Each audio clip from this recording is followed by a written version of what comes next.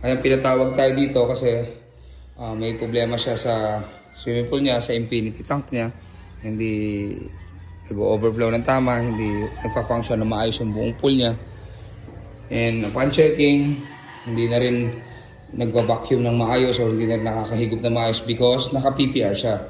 Again, lagi ko sinasabi, hindi po natin nire-recommend ng PPR, hindi po natin nire-recommend ng blue pipe. Meron po talagang pipe na para sa swimming pool. Ito, naka-PPR to. So in short, hindi nagtipid yung may-ari pero mali lang yung gamit. Kahit naka-PPR, yan, puro epoxy, hindi nakaligtas sa epoxy. So PPR na to pero puro epoxy pa rin.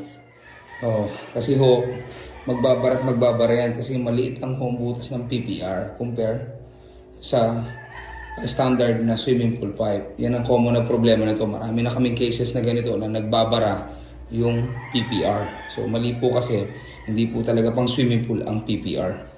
And yan po talaga mangyayari dyan. Puro lik yan kasi hindi po magmamatch yung fittings niya sa mga fittings na swimming pool. Meron talagang proper pipe na para sa swimming pool at hindi yung PPR, hindi yung blue pipe. Okay? UPVC meron tayo nun. Okay, you can check our page. Anyway, bukod dito, marami pa siya ibang problema. We have to find solution sa problema na yan.